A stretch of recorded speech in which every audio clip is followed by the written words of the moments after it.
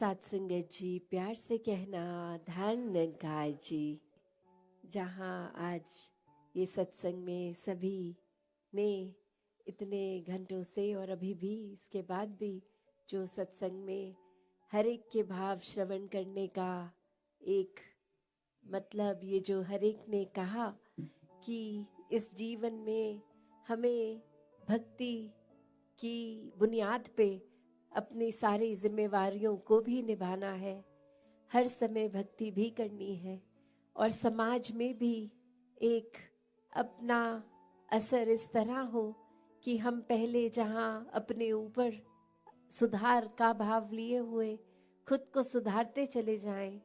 वहीं साथ में एक प्रभाव समाज पे भी इस तरह रहे भक्तों का शुरू से ही कि अपना भी कल्याण है, औरों का भी कल्याण है।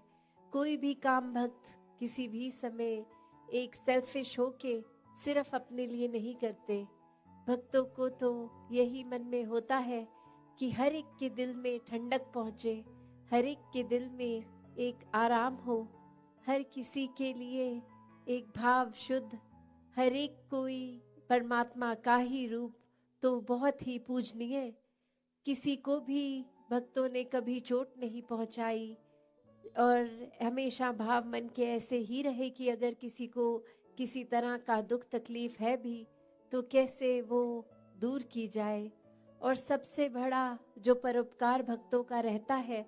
वो यही रहता है कि परमात्मा हमारे जीवन में आया है, हर एक के जीवन में आए। जो अभी तक इस परमात्मा को देखे नहीं है, जिन्होंने अभी तक ब्रह्म ज्ञान नहीं लिया, वो भी कैसे अपने जीवन में एक रोशनी हर समय की ला सकते हैं। क्योंकि ये टेम्पररी अगर हम बात करते हैं तो कोई भी चीज़ हमें कुछ देर के लिए, अगर अभी डे टाइम है तो कुछ घंटों बाद अंधेरा हो जाएगा, नाइट हो जाएगी। तो ये रोशनी इस तरह तो दिख रहा है अभी सब कुछ, पर ये हमेशा की नहीं है। पर जो परमात्मा है ये सच है, ये ट्रूथ है, ये ओमनी प्रेजेंट, ये निराकार, ये हर समय की सच्चाई है, हर समय की रोशनी है। भक्तों ने यही समझाया है कि जितना ज्यादा इस परमात्मा के साथ मन को जोड़ेंगे, इसके एहसास में रहेंगे, हर काम में इसको शामिल करेंगे, तो फिर एक ये मन डामाडोल नहीं होता, मन में कोई उदासी कोई खुशी के भाव अपना प्रभाव असर नहीं छोड़ते।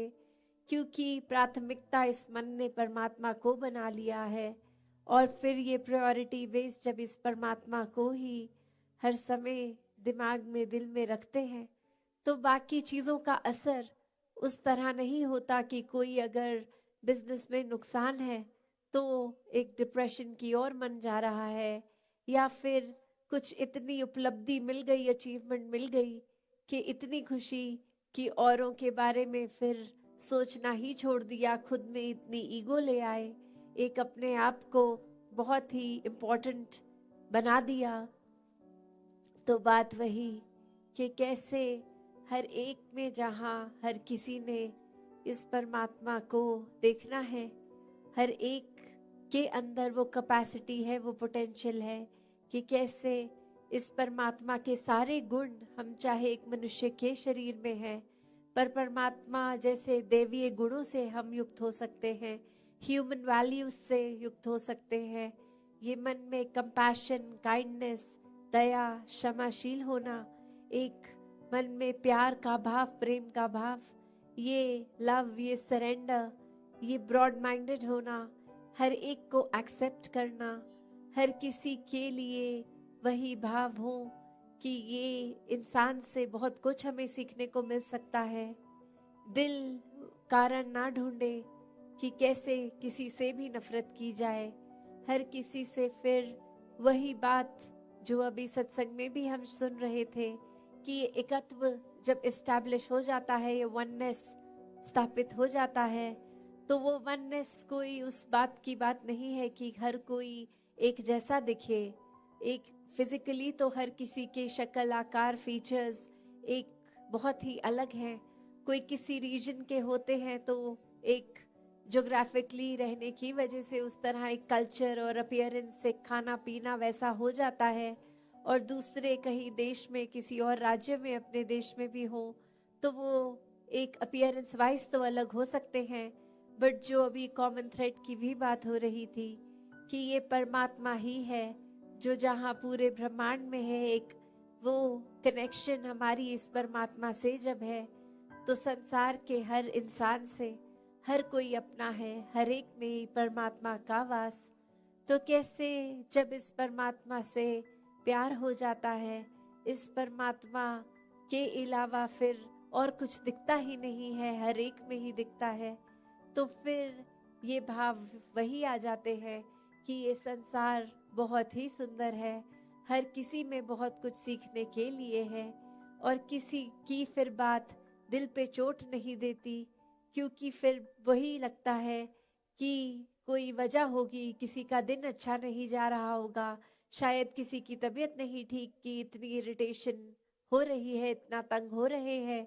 कि कुछ खराब हमें बोल रहे हैं। तो बात वही कि हर किसी के अंदर जब ये परमात्मा दिखता है तो एक अच्छाइयों को ही भक्त उठाते हैं, किसी की कमियों को इस तरह संसार के आगे नहीं उछालते। एक दिल में अगर वाकई ही एक कंसर्न है उस इंसान के लिए तो उस इंसान को डायरेक्टली जाके उसके पीठ पीछे एक बैक बाइटिंग नहीं, उसको सामने जाकर बोला जाता है कि ये जो आपने बात कही वो ठीक नहीं थी, इसमें अगर आप सुधार कर लें तो वाकई ही आपका सुधार हो जाएगा, अगर आप अपने थोड़ा बिहेवियरल चेंज लेके आएंगे।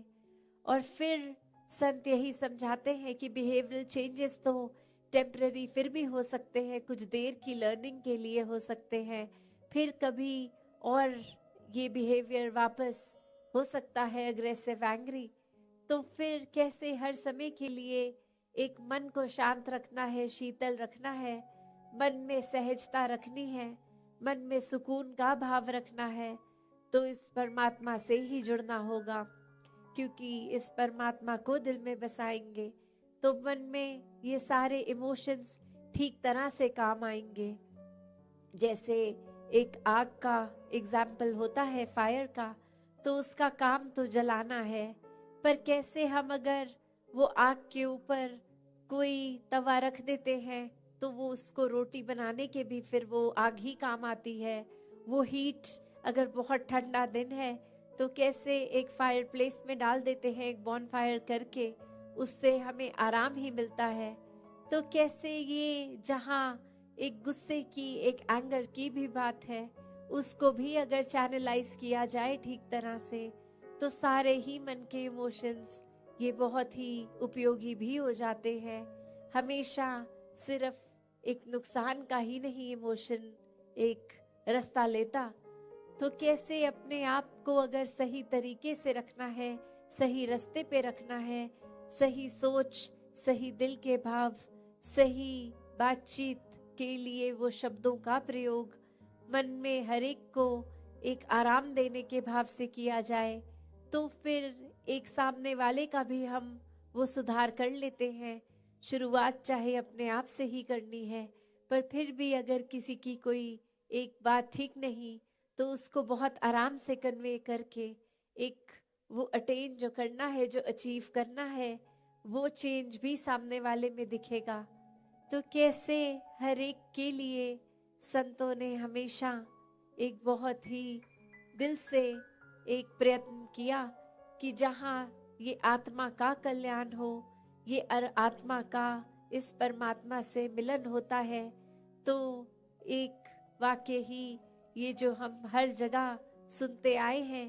कि ये इतनी योनियों के बाद मनुष्य योनि भी मिली और अब इस मनुष्य योनि में ही जीते जी इस परमात्मा की प्राप्ति है। और अगर कोई उस आइडियोलॉजी से सहमत नहीं भी है, सिर्फ इसी जीवन को अपनी फर्स्ट लाइफ की तरह भी देखें, तो भी कितना कुछ है जो जीवन का समय, कितना टाइम है जो हमें मिला है, इतने साल मिले हैं, उसको हमने कैसे जीना है, उसको हमने किस तरह पॉजिटिवली, कंस्ट्रक्टिवली हर समय को जीना है। तो दातार ऐसे ही भावों से हर एक को युक्त करे, सात संगत जी, धन गाय जी,